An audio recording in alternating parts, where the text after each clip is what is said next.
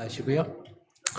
우리 시간이 되었습니다. 다 같이 일어나셔서 묵도하심으로 우리 주일 예배를 하나님께 올려드리도록 하겠습니다.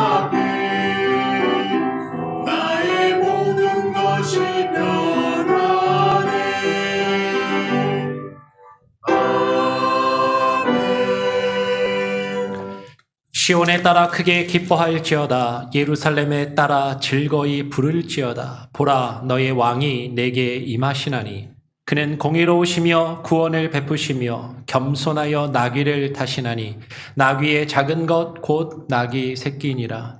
내가 에브라임의 병거와 예루살렘의 말을 끊겠고 전쟁하는 활도 끊으리니 그가 이방 사람에게 화평을 전할 것이요 그의 통치는 바다에서 바다까지 이르고 유프라테 강에서 땅끝까지 이르리라. 아멘. 하나님 아버지 감사합니다. 오늘 우리를 주님의 자녀 삼아 주시고 우리를 불러주셔서 우리가 크게 기뻐하며 주님을 찬양하며 주님께 예배케 하시니 감사합니다. 오늘 이 시간 우리의 마음의 문을 열고 주님 이 자리에 좌정하시기를 소원하며 간구하오니 주님 임하여 주시옵소서. 주님의 임재 앞에 무릎 꿇고 나아갈 때 우리의 찬양과 예배 가운데 주님 홀로 영광받아 주시옵소서. 주님 우리 가운데 왕으로 임하여 주시고 임재하여 주셔서 주님의 다스리심과 그 통치하심이 바다에서 바다 끝까지 땅 끝까지 이르는 것처럼 우리의 삶 가운데 주의 다스리심과 통치하심, 주님의 보호하심과 인도하심이 하나님 우리의 삶을 주장하시며 역사하여 주시옵소서. 오늘 우리의 마음의 문을 열고 주님 앞에 예배하오니 우리의 예배 가운데 주님 함께 하시고 주님 주의 성령으로 주장하시며 주의 말씀을 들려주시고 주님과의 깊은 교제와 주님과의 깊은 관계 속으로 하나님 우리가 들어가게 하여 주시옵소서. 감사 찬양 영광 주님께 올려드리오며 예배의 시종을 주님께 온전히 의탁드리오며 거룩하신 예수 그리스도의 이름으로 기도합니다. 아멘. 예, 우리 찬송가 259장을 함께 찬양하시겠습니다. 찬송가 259장입니다. 예수 십자가에 흘린 피로써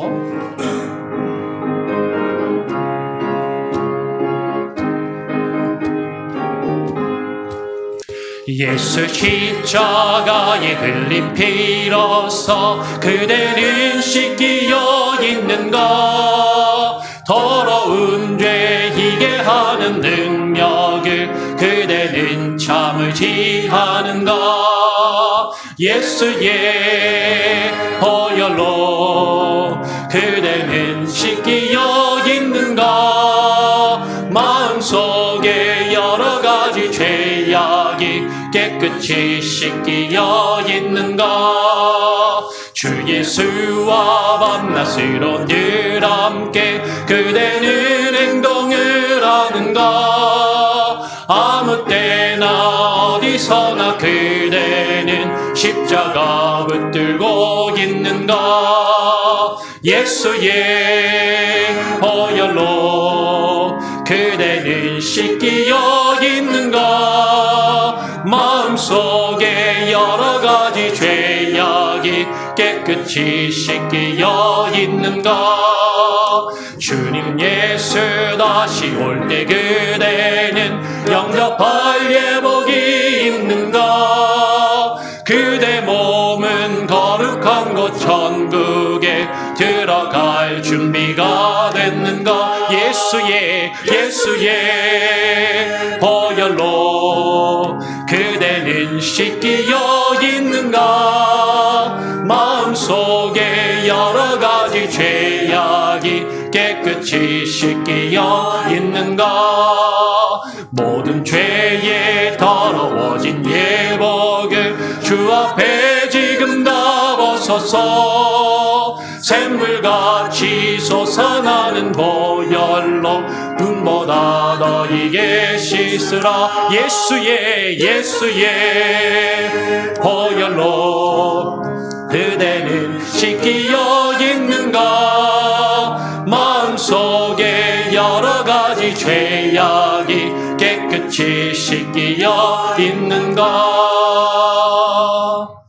아멘. 성시교독 28번입니다. 성시교독 28번 시편 63편을 함께 교독하도록 하시겠습니다.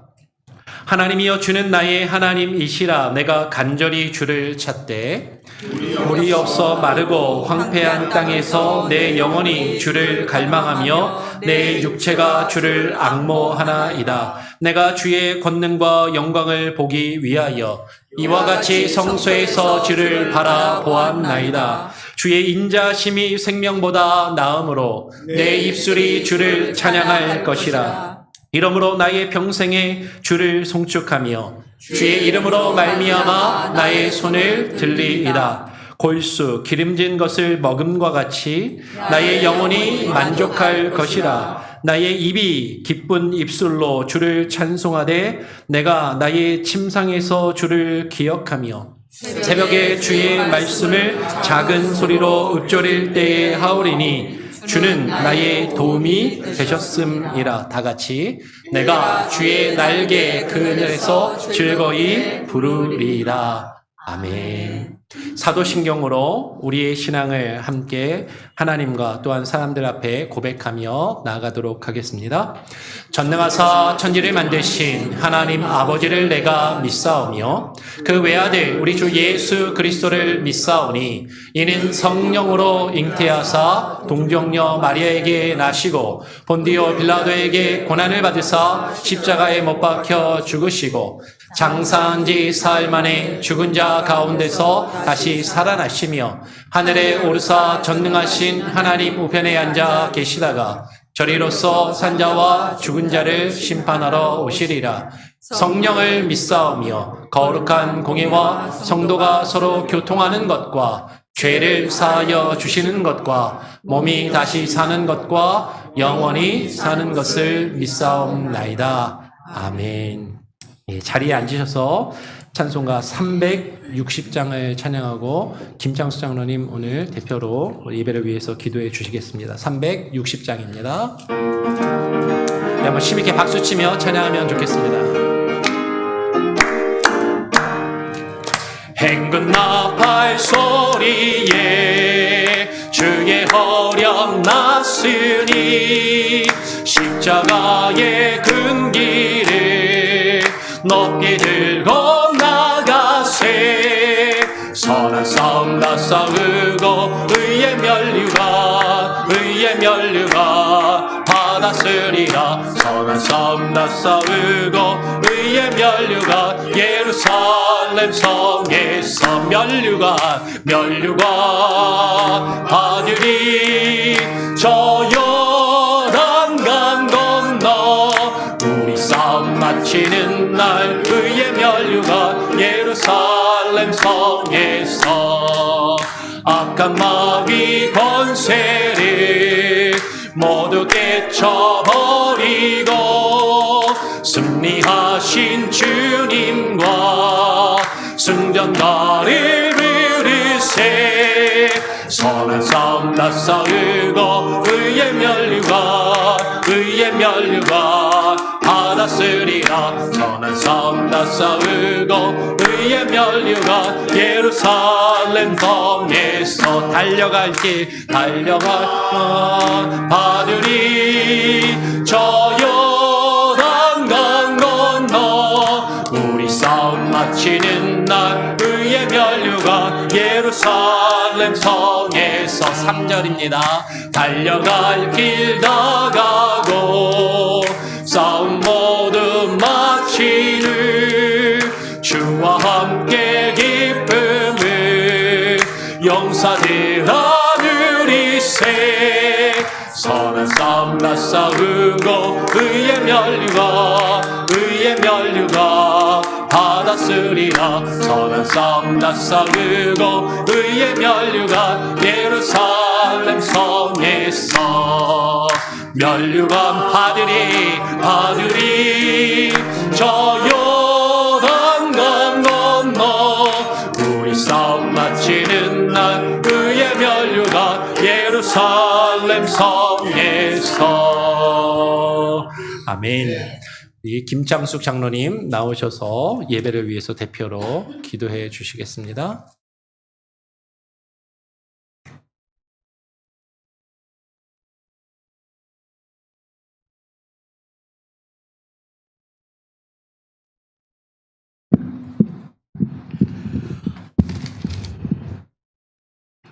우리 다 같이 마음 정돈하시고 기도하시겠습니다.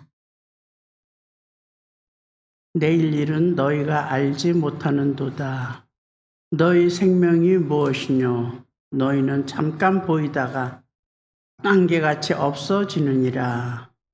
전능하신 하나님 아버지, 은혜와 사랑을 감사기도 드리옵나이다. 주님의 핏값으로 사신 주님의 몸된 교회를 지켜주심을 감사기도 드리옵나이다. 주님의 몸된 교회가 성령이 충만한 교회, 사랑과 용서가 있는 교회 되게 하여 주시옵소서. 아멘. 저희들이 주님의 은혜와 축복을 많이 받았음에도 감사치 못하고 육신의 정욕과 교만과 오만함을 가지고 살았음을 용서하여 주시옵소서. 주님의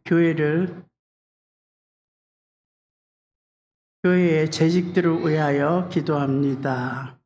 하나님 아버지, 저희 재직들을 기억하여 주시옵소서.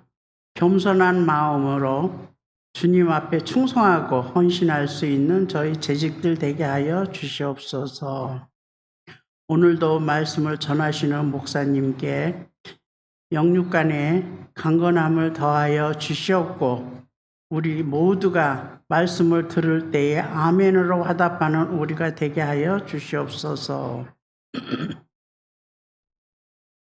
오늘도 구별하여 세워주신 성가대원들에게 은혜를 베풀어 주시고, 성가대원이 온 마음을 다하여 찬양을 올려드리는 자들 되게 하여 주시옵소서.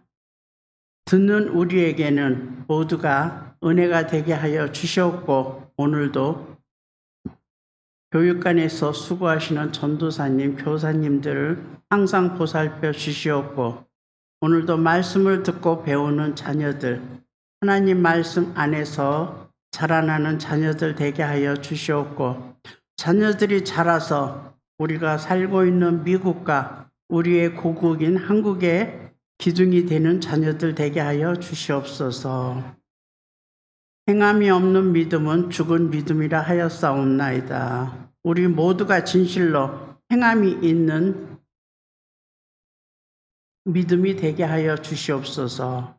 또한 순종이 제사보다 낫다고 하였사옵나이다. 우리 모두가 순종하는 믿음을 소유하게 하여 주시옵소서. 주님, 저희가 세상에 나아가 살 때에 항상 하나님의 자녀라는 것을 잊지 않게 하여 주시옵고, 빛과 소금의 역할을 감당할 수 있도록 금보다 더 귀한 믿음을 주시옵소서. 말로만 하나님의 자녀가 아니라 믿음과 행함으로 하나님을 모르는 자들에게 하나님을 전하는 저희들 되게 하여 주시옵소서. 지금은 시작하는 첫 시간이오니 마치는 시간까지 주님 홀로 영광 받으옵시고, 저희들 모두에게 은혜와 축복이 넘치는 시간 되게 하여 주시옵소서. 이 모든 말씀 예수님을 받들어 기도드리옵나이다. 아멘.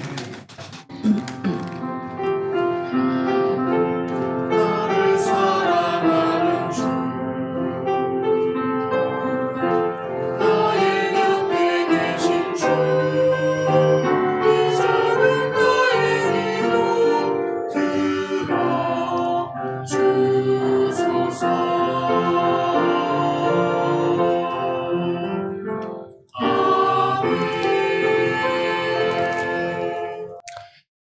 예, 오늘 우리에게 주시는 하나님의 말씀은 요한복음 12장 12절부터 19절까지의 말씀입니다. 요한복음 12장 12절부터 19절까지의 말씀을 함께 교독으로 읽겠습니다. 제가 먼저 12장 12절을 읽습니다. 그 이튿날에는 명절에 온 큰 무리가 예수께서 예루살렘으로 오신다는 것을 듣고 종려나무 가지를 가지고 맞으러 나가 외치되 호산나 찬송하리로다 주의 이름으로 오시는 이 곧 이스라엘의 왕이시여 하더라. 예수는 한 어린 나귀를 보고 타시니 이는 기록된 바 시온 딸아 두려워하지 말라 보라 너의 왕이 나귀 새끼를 타고 오신다 함과 같더라. 제자들이 처음에 이 일을 깨닫지 못하였다가 예수께서 영광을 얻으신 후에야 이것이 예수께 대하여 기록된 것임과 사람들이 예수께 이같이 한 것임이 생각났더라. 나사로를 무덤에서 불러내어 죽은 자 가운데서 살리신 때에 함께 있던 무리가 증언한지라. 이에 무리가 예수를 맞으면 이 표적 행하심을 들었음이러라. 바리새인들이 서로 말하되 볼지어다 너희 하는 일이 쓸데없다. 보라 온 세상이 그를 따르는도다 하니라. 아멘. 예, 오늘 성가대 찬양대 찬양이 먼저 있겠습니다.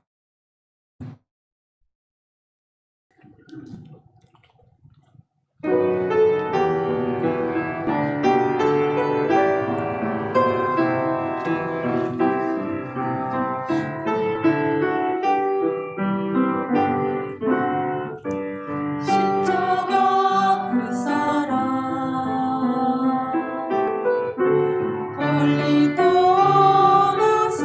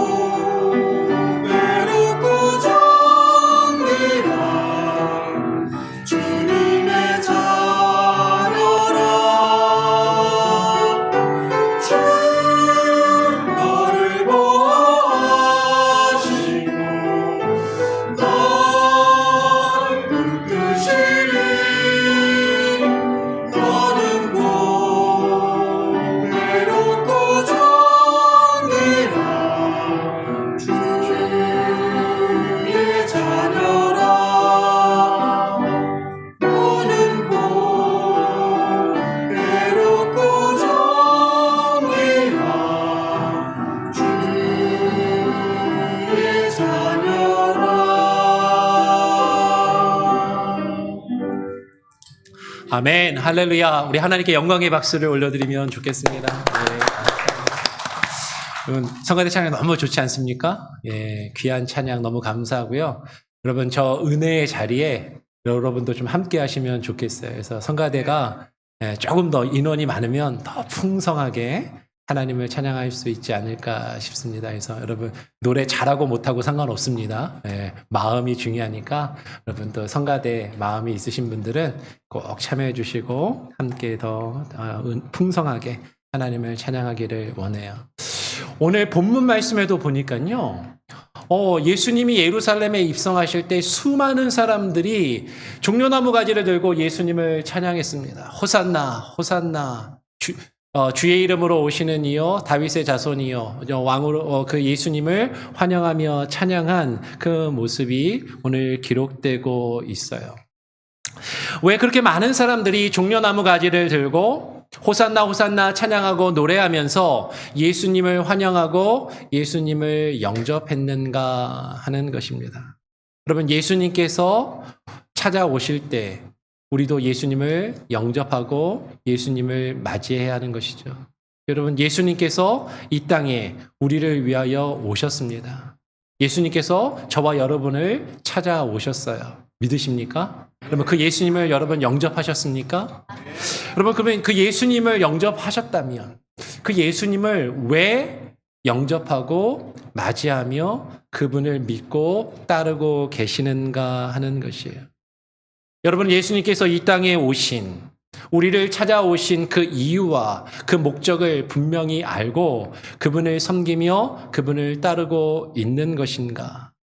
우리는 우리 자신을 한번 되돌아볼 필요가 있는 것이죠. 오늘 성경은 수많은 사람들이 예수님께서 나귀를 타고 예루살렘에 입성하실 때 그 예수님께서 예루살렘에 들어오시는 그 진정한 의미를 알지 못하면서도 예수님을 환영하고 예수님을 맞이하고 예수님을 따랐던 것을 오늘 우리는 성경에서 발견하게 됩니다.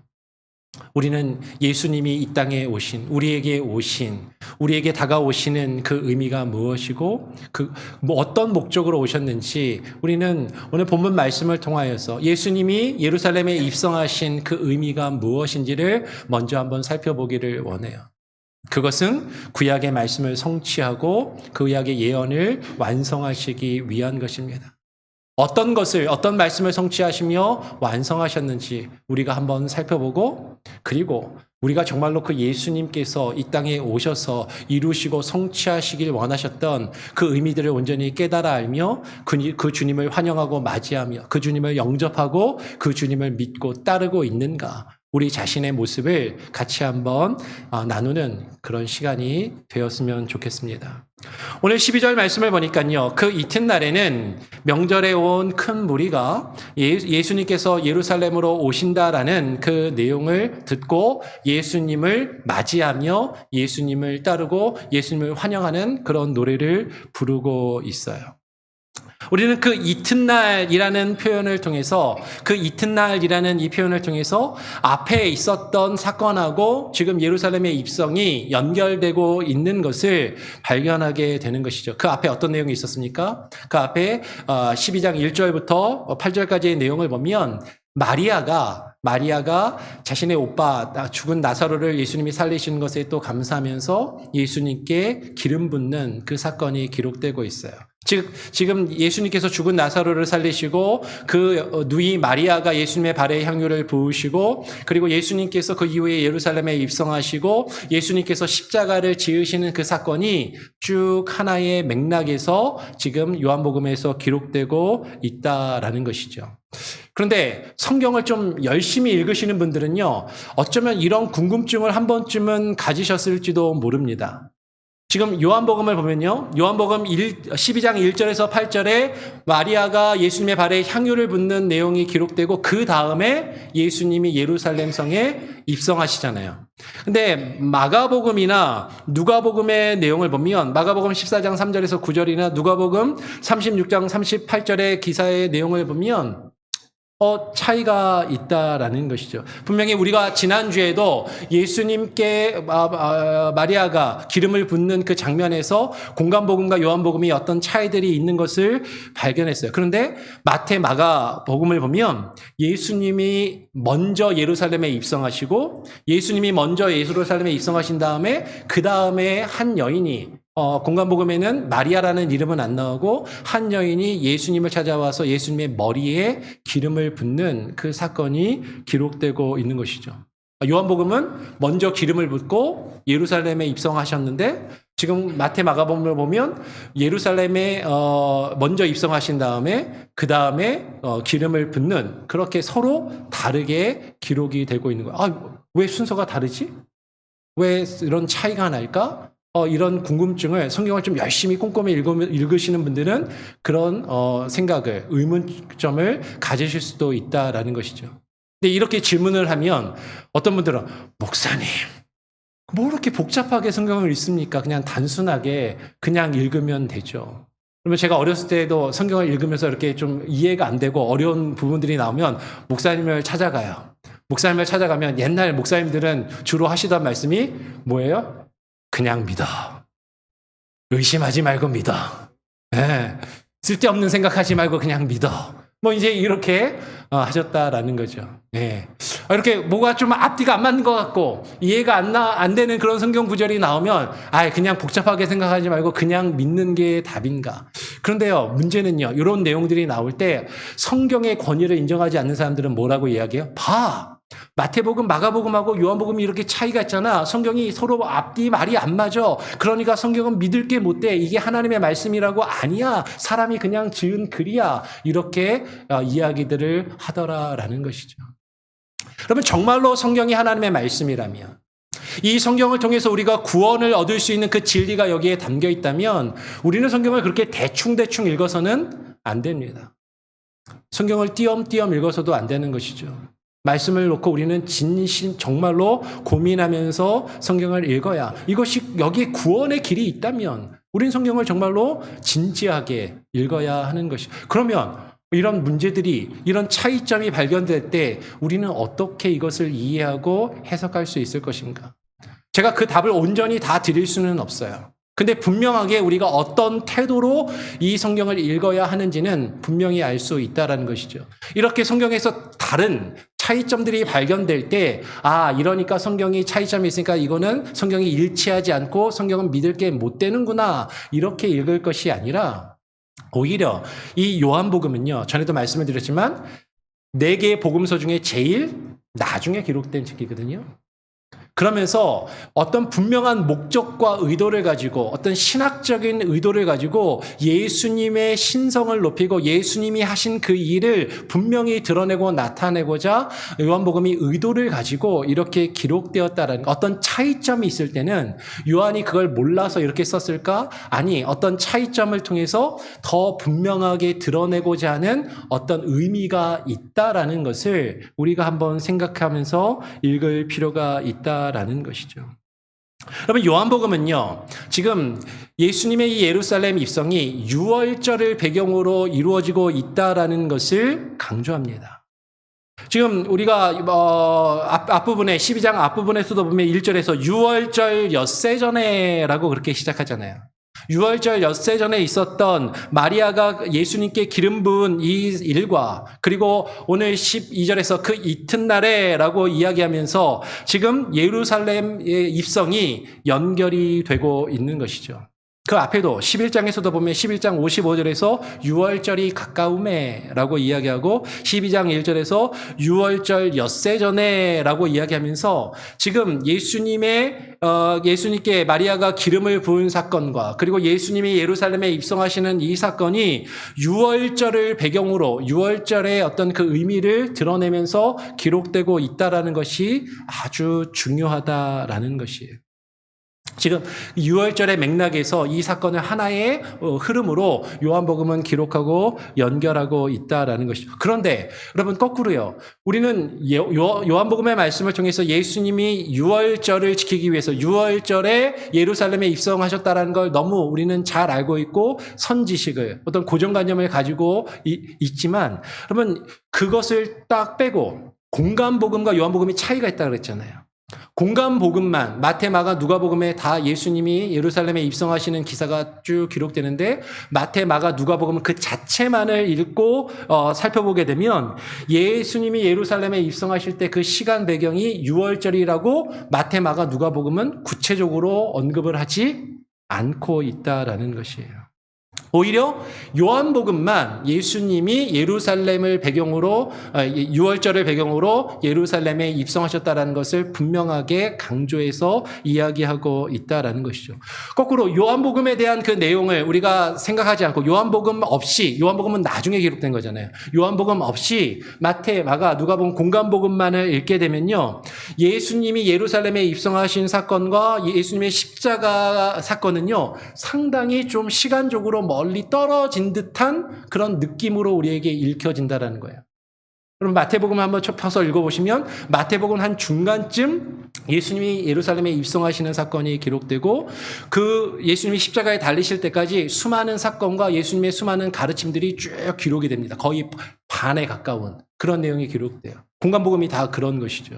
근데 우리는 요한복음에서 예수님이 6월절에 입성하셨고 마지막 그 한 주간에 그 모든 일들과 그 모든 가르침이 일어났다는 어떤 요한복음을 가지고 요한복음에 대한 그 지식을 가지고 마태, 마가, 누가도 그렇게 읽는 경우가 많기 때문에 그렇게 살펴본다라는 것이에요. 그런데 오히려 요한복음만 예수님이 6월절에 예루살렘에 입성하셨다라는 것을 지금 강조하고 있더라라는 것이죠. 그것은 예수님이 6월절 어린 양으로 십자가에 달려 죽으셨다라는 것을 요한복음이 더 분명하게 드러내고 강조하기 위한 것이다라는 것이에요. 그것을 위해서 지금 그 이튿날에는 이라고 이야기하면서 6월절의 배경이 지금 예루살렘 입성에 연결이 되고 있다라는 것이죠. 여러분, 근데 그 이튿날에는 이라고 번역된 이 말이요. 헬라어로 보면 테 에파우리온이라는 단어거든요. 이 테 에파우리온이라는 말이 그 이튿날에는 이라고 했으니까 12장 1절에서 6월절 엿새 전에 라고 이야기했고 12절에서 그 이튿날에 라고 이야기했으니까 예수님이 예루살렘에 입성하신 거는 그러면 6월절 며칠 전에? 5일 전에 입성하셨나 보다. 사실 이제 우리가 그렇게 이해하기가 쉽잖아요.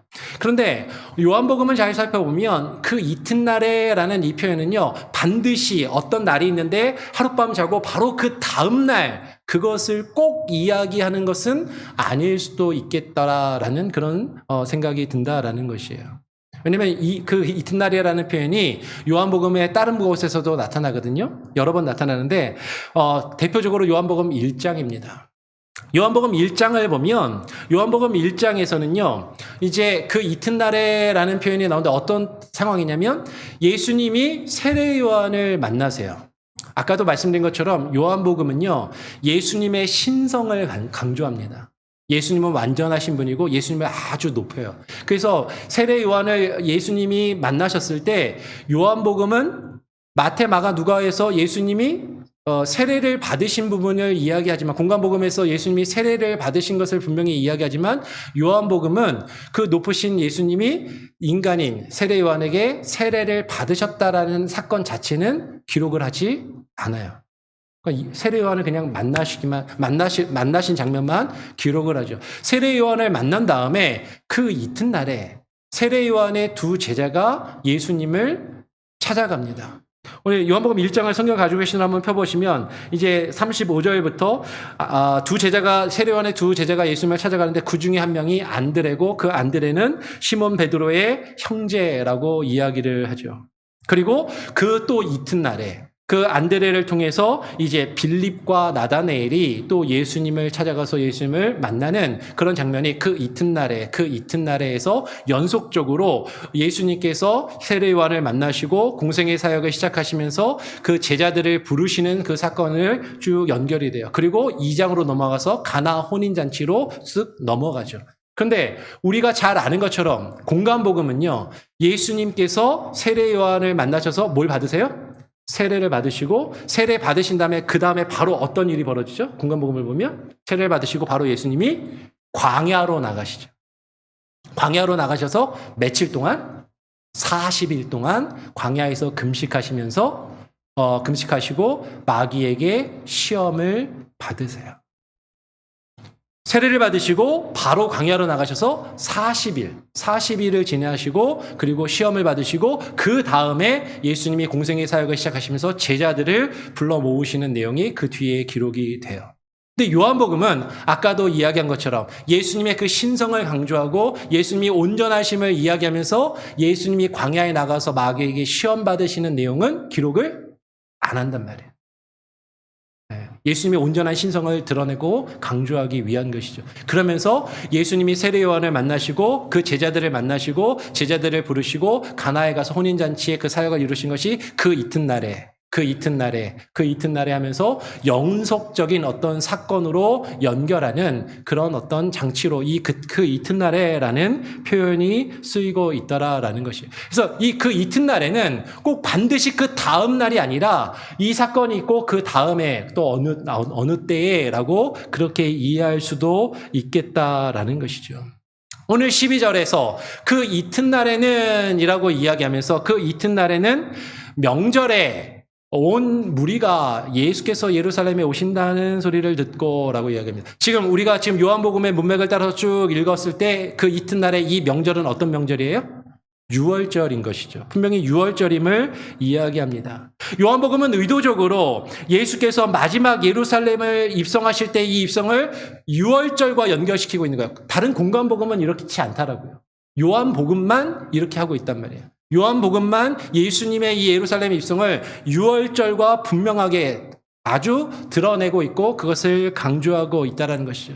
그것은 예수님께서 유월절 어린 양으로서 예수님 자신이 유월절 어린 양으로서 그 대속의 죽음을 감당하셨음을 분명하게 드러내고 강조하기 위해서 그렇게 기록하고 있다는 거예요. 거기서 이제 우리가 뒤에 나중에 가면 좀 더 자세하게 살펴보겠지만 이 고난 사건에서 공관복음과 요한복음의 차이들이 분명히 나타나면서 예수님이 유월절 어린 양으로 죽으셨음을 요한복음은 더 분명하고 선명하게 강조를 하더라라는 것입니다. 그런데 여러분 지금 12절에서 이 명절에라는 이 내용은요. 요한복음에서만 유월절이라는 배경이 나오는데 공관복음은 안 나온다 그랬잖아요. 그러면 요한복음을 안 보고 공관복음만 보거나 혹은 요한복음에서 이 유월절이라는 이 표현을 일단 빼놓고 요 12절의 그 사건 자체만을 보게 되면요. 조금 다르게 읽혀질 수도 있다라는 것이죠. 유월절이라는 표면적인 시간의 배경을 무시하고 유월절이라는 시간의 표현이 요한복음에서만 드러나는데 그 시간적인 표현을 무시하고 이 사건 자체만을 보게 되면 전에 한번 말씀을 드렸던 초막절에 대한 어떤 상황이나 모티프들이 여기에서 나타나 보이더라라는 것이에요. 그러면 지금 그 이튿날에는 유월절에 온 큰 무리가라고 그렇게 이야기하지 않고 그렇죠? 유월절이라고 말하지 않고 오히려 그냥 명절에라고 말하는 것은요. 더 큰 어떤 신학적인 의도가 있는 것으로 보인다라는 것이에요. 유월절에 온 큰 무리, 유월절이라고 말하지 않고 12절에서 명절에라고 말한 것은요. 명절이라는 어떤 이 중립적인 표현을 쓴 것은 유월절과 초막절의 어떤 의미를 지금 일부러 중첩시키고 있는 거죠. 유월절과 초막절이라는 그 신학적인 어떤 그 의미들을 이 한 사건에서 십자가 사건까지 쭉 중첩해서 연결해 가고자 하는 그런 의도가 보이더라라는 것이에요. 전에도 얼핏 한번 말씀드린 적이 있는데요. 요한복음을 쭉 읽어보면 요한복음은 표면적으로 유월절을 강조합니다. 예수님께서 유월절을 지키러 올라가신 것을 계속해서 이야기하고 유월절의 의미를 강조해요. 그런데 보이지 않게 이면적으로는 초막절의 모티프들, 초막절의 의미들을 계속해서 유월절과 같이 병행을 하면서 연결을 하면서 결국에는 이게 어디서 만나냐면 예수님의 십자가에서 딱 만나요. 그러면서 예수님이 십자가에서 죽으시고 예수님이 십자가에서 부활하신 그 사건을 통해서 성전 되신 그 예수님이 구약의 그 절기들을 구약의 제사의 의식의 그 의미들을 온전히 성취하시고 이루시는 것이죠. 구약의 그 절기들 중에 가장 크고 대표적인 절기가 뭐예요? 유월절과 초막절이에요. 그 유월절과 초막절의 그 의미들을, 그 영적인 신학적인 의미들을 예수님이 십자가 사건에서 유월절 어린 양으로 돌아가시면서, 그리고 예수님이 왕으로 이 땅에 오셔서 그 일을 온전히 이루시면서 그 초막절의 의미와 유월절의 의미를 십자가에서 온전히 성취하시고 다 이루셨다라고 주님이 말씀하시는 그 내용을 발견하게 됩니다. 어디서 우리가 그것을 보게 돼요? 오늘 13절로 넘어가면 13절에 큰 무리가 종려나무 가지를 가지고 예수님을 맞이하러 나가면서 뭐라고 외쳐요? 호산나 찬송하리로다. 주의 이름으로 오시는 이 곧 이스라엘의 왕이시여 라고 주님을 맞이하며 찬양하는 것이죠. 여러분, 지금 이 종려나무 가지를 들고 호산나 호산나 다윗의 자손이여 이렇게 찬양하는 이 장면은요, 전에 요한복음 7장을 나누면서 설명을 드렸던 게 기억이 나시나요? 요한복음 7장이 초막절의 사건이었잖아요. 그 초막절에 어떤 일어나는 초막절에 물을 길어오는, 실로암 연못에서 물을 길어오는 대제사장을 맞이하는 초막절에 이루어졌던 그런 행위들을 연상시키더라라는 것이에요. 여러분, 종려나무 가지를 들고 호산나 호산나 찬양하는 건 유대인들에게 있어서는 초막절에 행하는 그런 모습이에요. 초막절에 행해지던 일들이었다라는 것이죠. 예수님 당시에 실제로 그랬고 유대인들의 문헌을 보면 이런 사건들이 기록이 되더라라는 것이에요. 근데 요한복음은요, 지금 일부러 이 종려나무 가지라는 걸 강조합니다. 아까 이야기했던 것처럼 공간복음을 보면 마태복음이나 마가복음에서는 사람들이 그냥 나뭇가지를 들고 예수님을 맞이했다라고 했는데, 나뭇가지라고 했는데, 요한복음만 종려나무 가지를 들고 호산나 찬양했다라고 그렇게 강조를 해요. 근데 이 종려나무 가지를 들고 찬양하는 건 초막절에 이루어지는 거죠.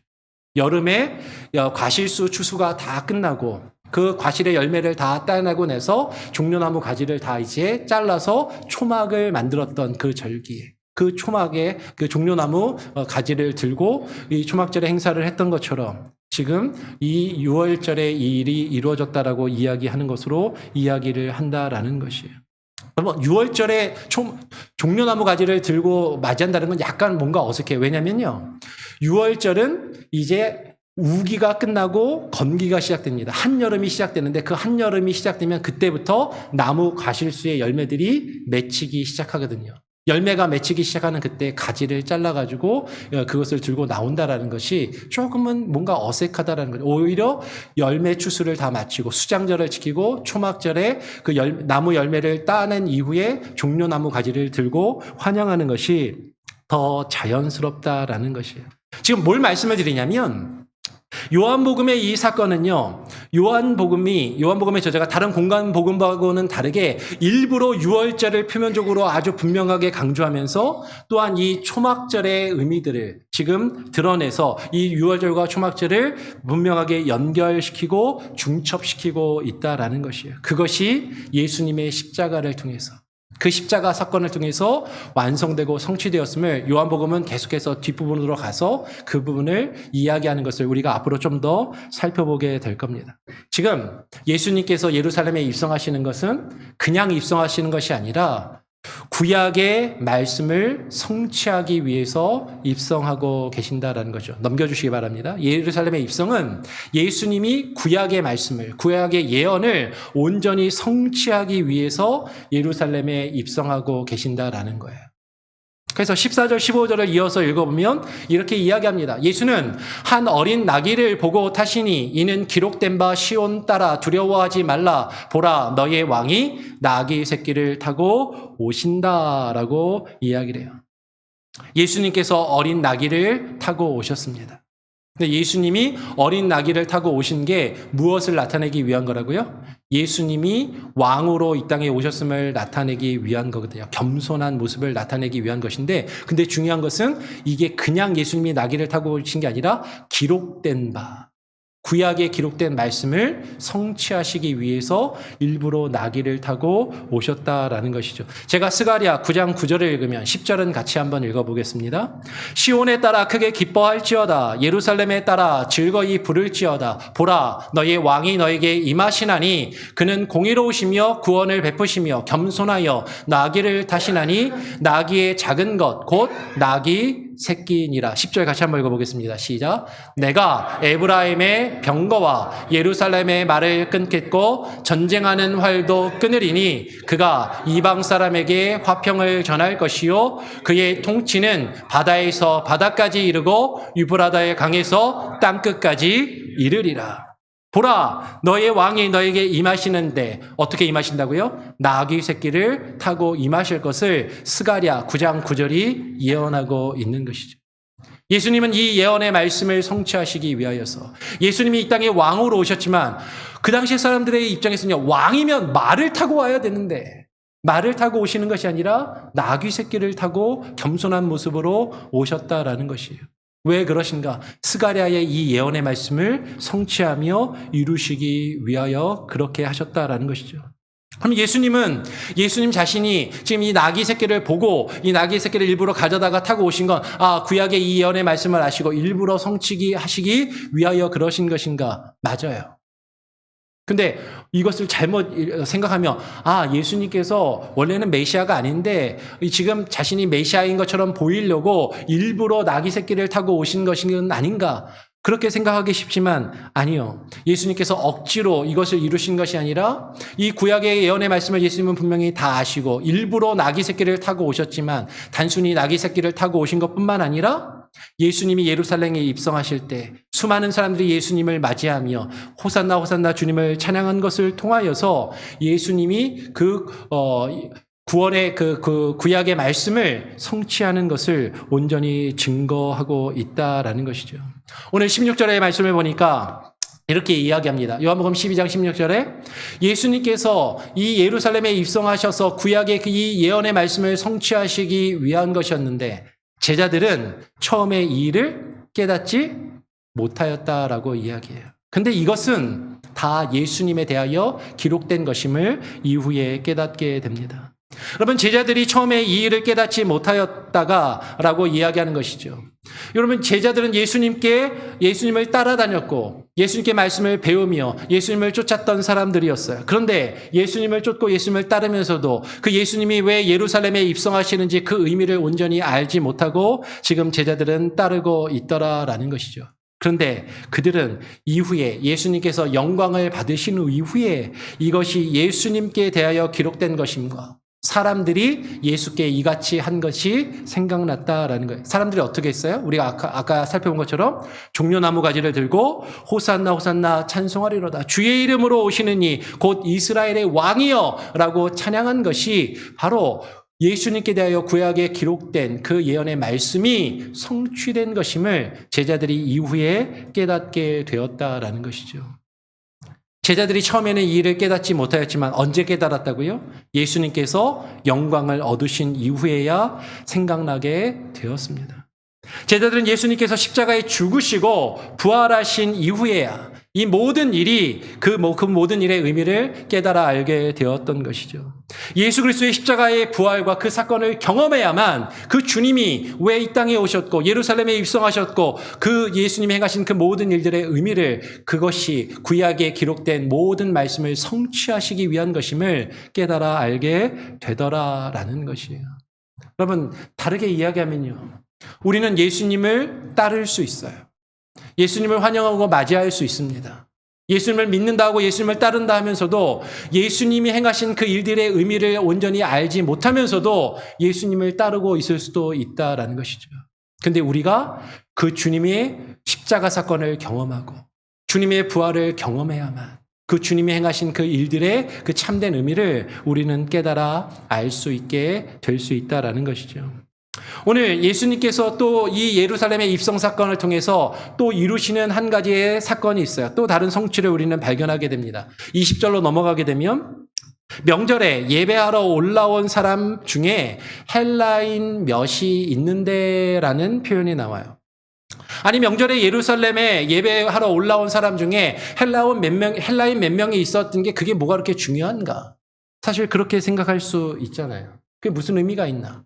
근데 요한복음은요, 아까 말씀드린 것처럼 요한복음에 기록되어 있는 하나하나들이요, 상당히 의미가 있는 내용이다라는 것이죠. 제가 요한복음을 전공해서 요한복음을 좀 많이 살펴보고 공부를 해보니까 요한복음에 그 담겨있는 하나하나의 표현들이 상당한 의미들을 가지고 있더라라는 것이에요.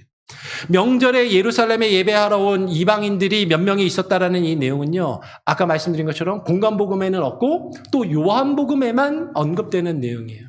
그럼 요한복음은 굳이 이것을 왜 언급하고 있을까? 이 명절에 이방인들이 예루살렘에 예배하러 올라왔다는 것이 어떤 의미일까? 이방인이 명절에 예배하러 예루살렘에 올라온 것은요, 스가랴 14장의 종말론적인 성취를 암시하는 것이죠. 스가랴 14장은요, 마지막 그때 여호와의 날이 되면 그 종말의 때에 어떤 일들이 일어날 것인가를 예언한 말씀이 스가랴 14장이에요. 근데 그 스가랴 14장 16절을 보면 이렇게 기록을 합니다. 같이 한번 스가랴 14장 16절의 말씀을 같이 한번 읽어보겠습니다. 시작.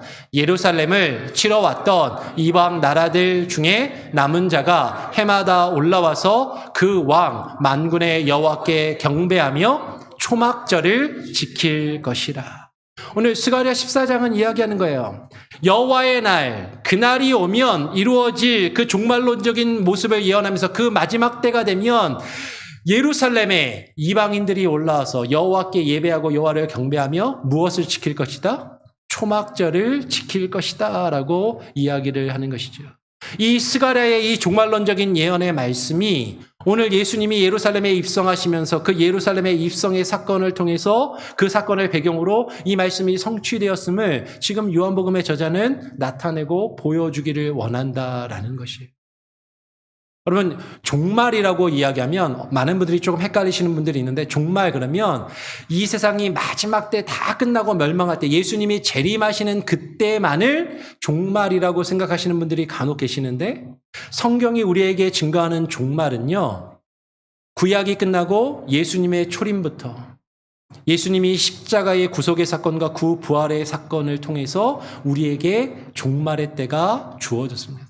우리는 예수님이 초림하신 그 이후부터 마지막 때, 종말의 때를 살아가고 있는 것이죠. 그래서 구약에서 말하고 있는 그 여호와의 날의 대부분은 예수님의 십자가와 부활의 사건을 통해서 온전히 성취돼요.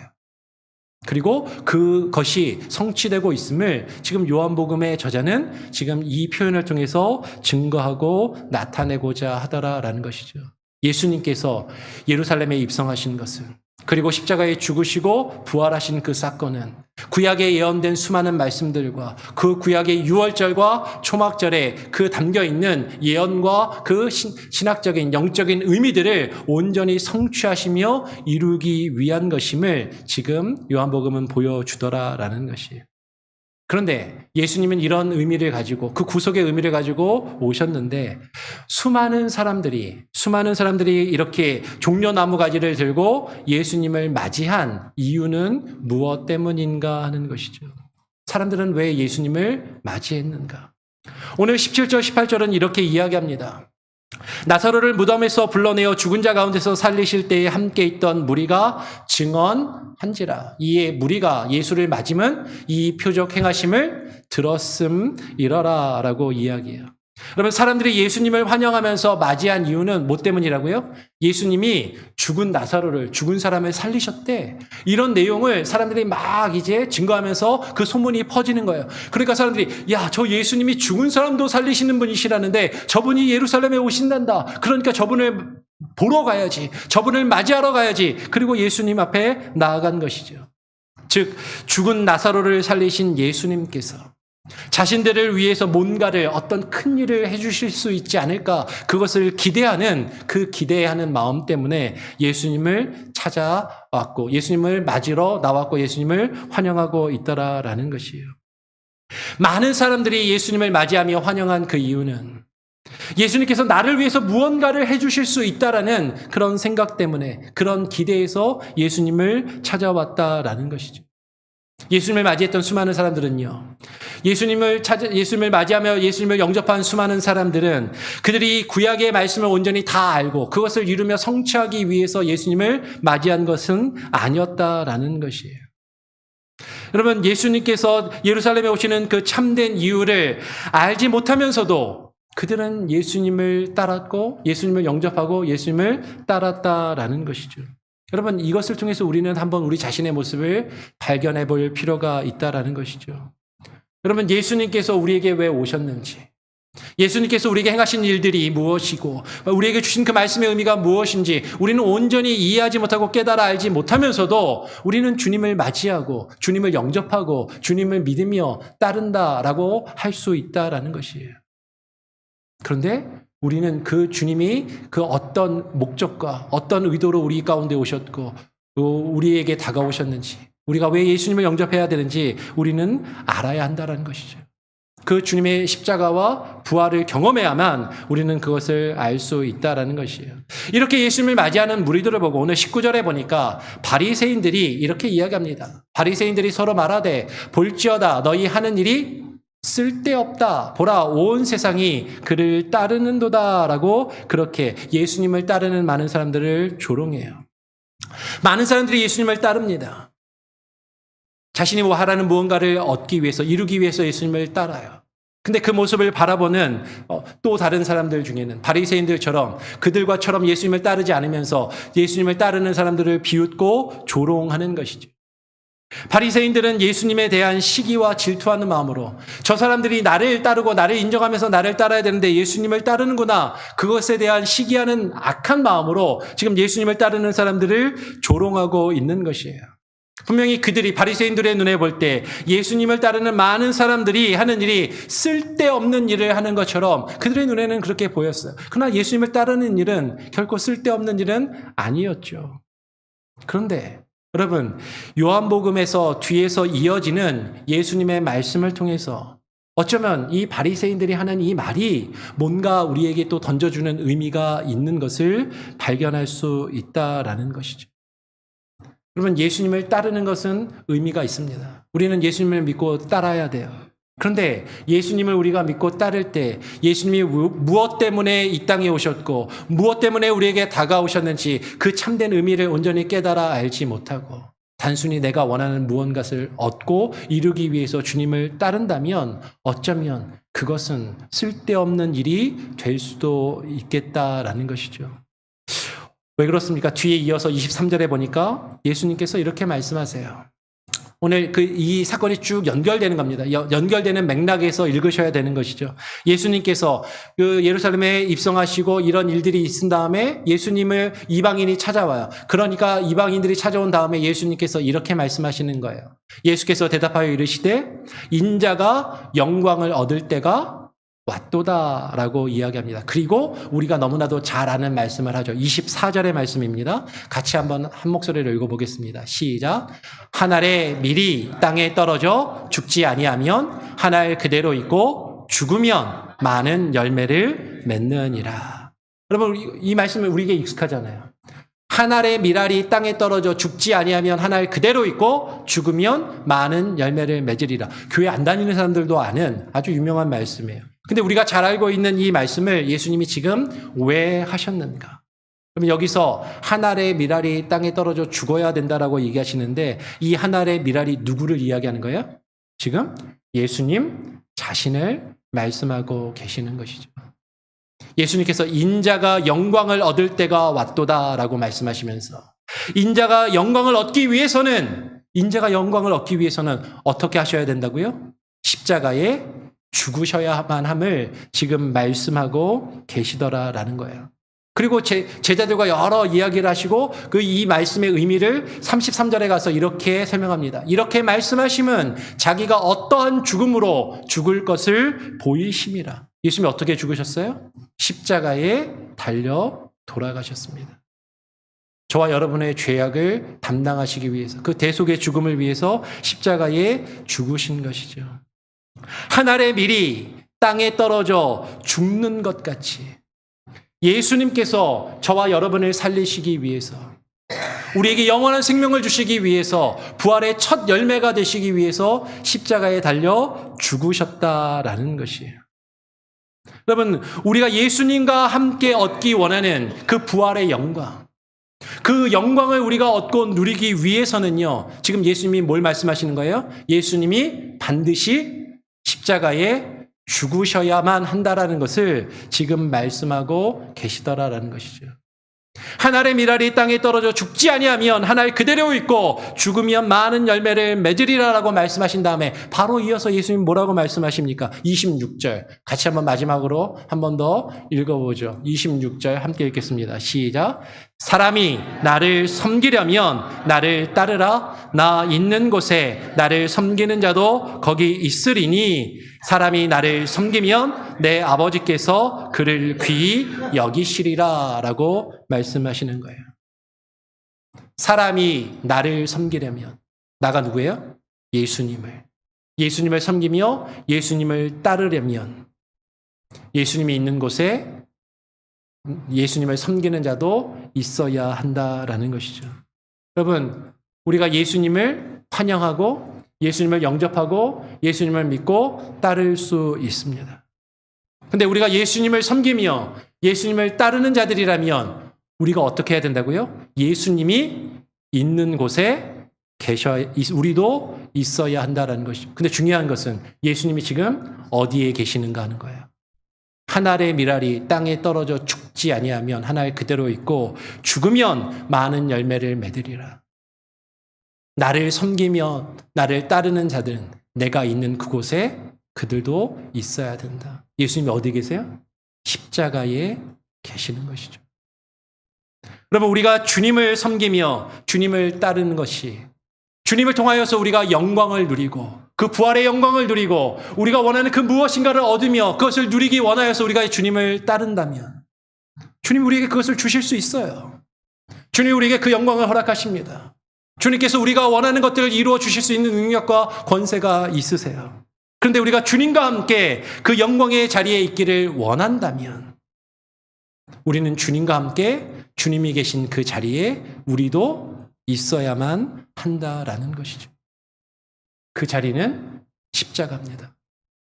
그 자리는 죽음의 자리예요. 그 자리는 썩어지는 자리인 것입니다.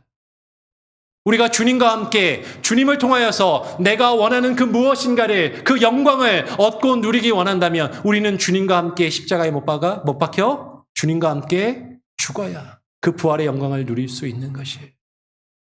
주님이 십자가에 죽으심으로 자신의 몸을 희생하시고 한 알의 밀알이 썩어진 것처럼 헌신하신 것처럼 여러분 우리도 우리에게 주어진 자리에서 썩어지며 헌신하는 모습이 있어야 한다라는 것이죠.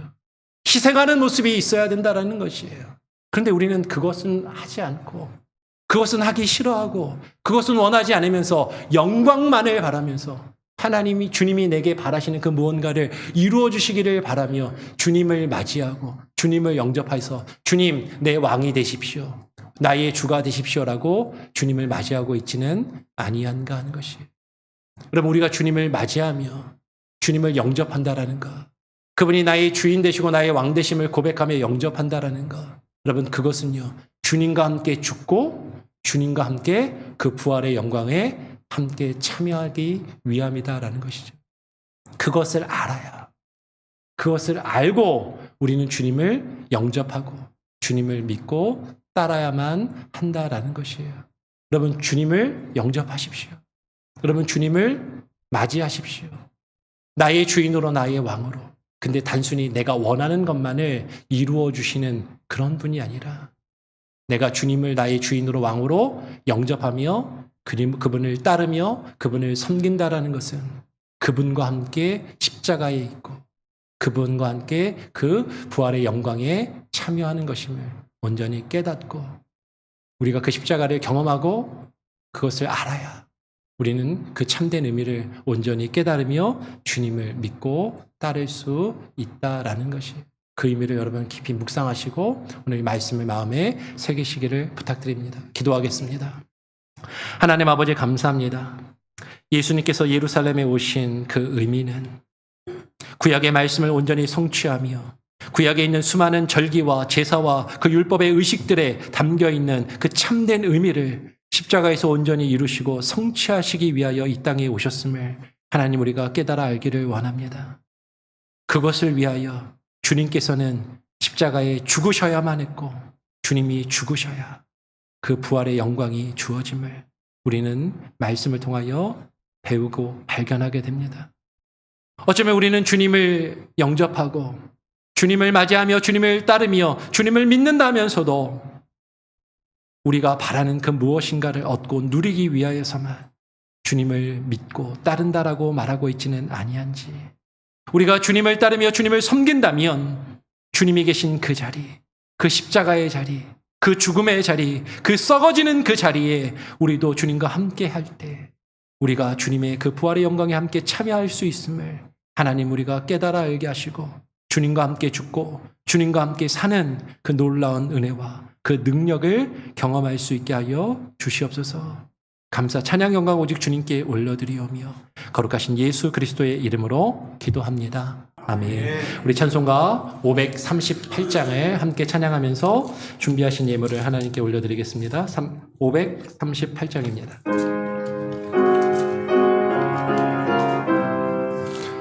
죄짐을 지고서 고나거든, 죄짐을 지고서 고나거든 내 마음속에 주 영접하며 새 사람 되기를 원하거든 내 그 주를 영접하라. 의심을 다 버리고 그 주를 영접하라. 마음은 다 열어놓고 내 그 주를 영접하라. 정결케 되기를 원하거든 내 마음속에 주 영접하며 생명수 마시기 원하거든 내 그 주를 영접하라. 의심을 다 버리고 그 주를 영접하라. 마음은 다 열어놓고 내 그 주를 영접하라. 진실한 친구를 원하거든 내 마음속에 주 영접하며 내 맘의 평안을 원하거든 내 그 주를 영접하라. 의심을 다 버리고 의심을 다 버리고 그 주를 영접하라. 마음은 다 열어놓고 내 그 주를 영접하라. 즐거운 찬송을 하려거든 내 마음속에 주 영접하며 평안한 복지에 가려거든 내 그 주를 영접하라. 의심을 다 버리고 그 주를 영접하라. 마음은 다 열어놓고 내 그 주를 영접하라.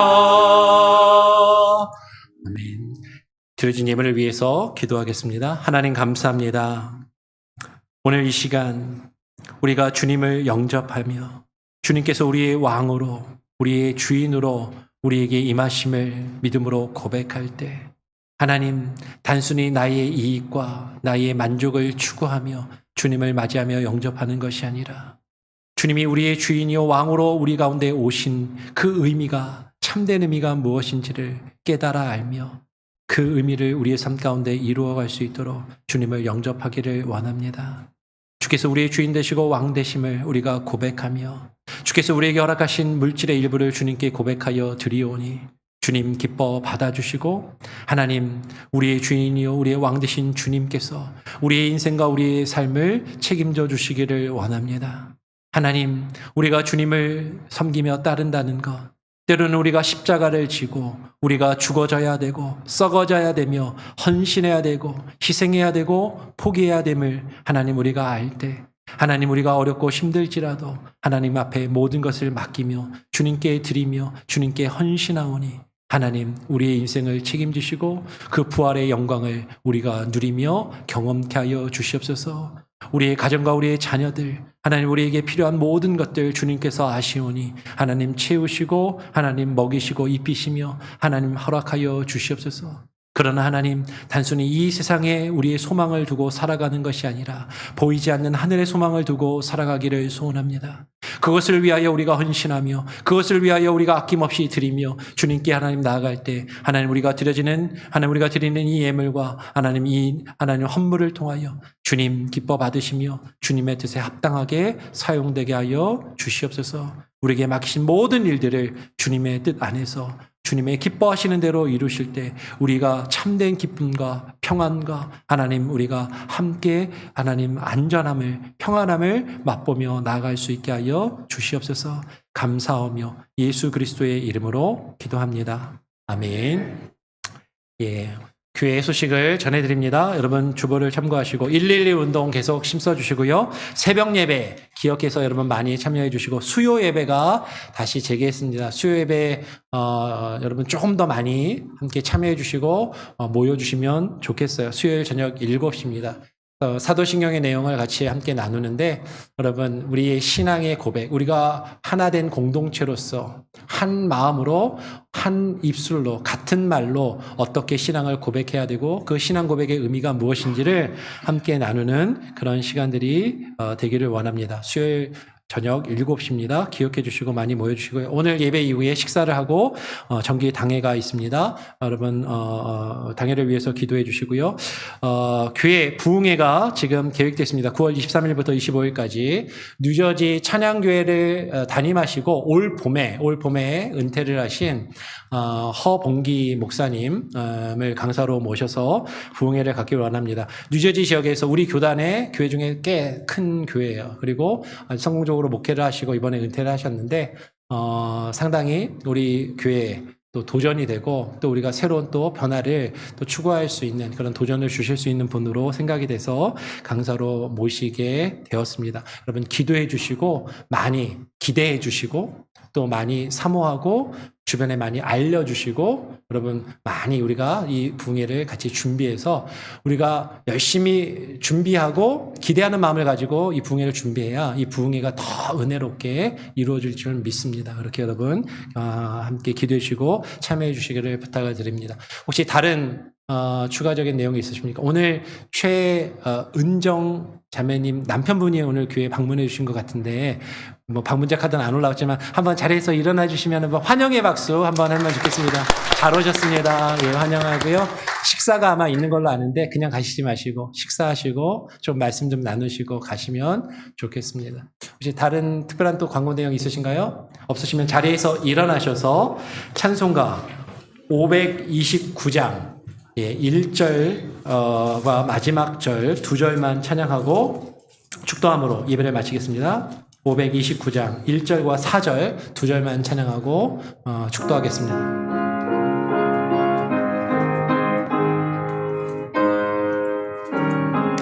온유한 주님의 음성 온유한 주님의 음성 내 귀에 속삭이네 내 마음을 두드리니 곧 주님을 영접하라 피하지 말라 피하지 말라 우리가 곁길로 피해도 마음속에 오시리 심판날 당할 때 주님을 넘어질 준비해 마음속에 주님을 영접하라 주 영접하라 4절입니다. 주님의 은혜를 받고 주님의 은혜를 받고 너 주를 영접하라 마음은 활짝 열어놓고 너 주님을 영접하라 피하지 말라 피하지 말라 우리가 곁길로 피해도 마음속에 오시리 심판날 당할 때 주님을 넘어질 준비해 마음속에 주님을 영접하라 주 영접하라 이제는 우리의 죄와 허물을 대신 지고 십자가의 죽음을 감당하시기 위하여 이 땅에 오신 우리 구주 예수 그리스도의 은혜와 아버지 하나님의 크신 사랑과 그 은혜와 사랑을 깨닫도록 우리 안에 역사하시는 성령님의 교통하심이 주님께서 이 땅에 오신 그 참된 의미를 온전히 깨달아 알며 주님을 단순히 내가 원하는 것을 이루어주는 수단으로 영접하는 것이 아니라 그분을 단순히 세상의 많은 사람들이 쫓고 따르는 것처럼 믿는다 하며 따르는 것이 아니라 주님이 이 땅에 오신 참된 의미를 알고 그 주님이 주님과 함께 십자가에 죽고 주님과 함께 살며 그 부활의 영광에 참여하기를 소원하며 결단하는 오늘 이 자리 가운데 예배하는 모든 예배자들과 우리 한인장로교회 모든 권속들 저들의 가정과 자녀들 저들의 생업과 사업처 위에 오늘 온라인으로 함께 예배하며 이후의 예배들을 모든 이들의 삶 가운데 이제로부터 영원토록 함께 계실지어다. 아멘.